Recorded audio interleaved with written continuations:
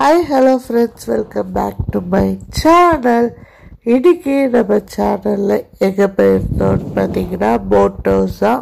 ஊட்டி boat house ரொம்பவே சூப்பராக இருந்தது. எனக்கு ரொம்ப ரொம்ப ரொம்ப பிடிச்சிருந்தது. லைட் மலையோட அதை போட்டிங் போனது அவ்வளோ நல்லா இருந்தது மனசுக்கு. இப்போ வாங்க, சைட்லலாம் பார்த்திங்கன்னா குட்டி குட்டி ஷாப்ஸ்லாம் இருந்தது.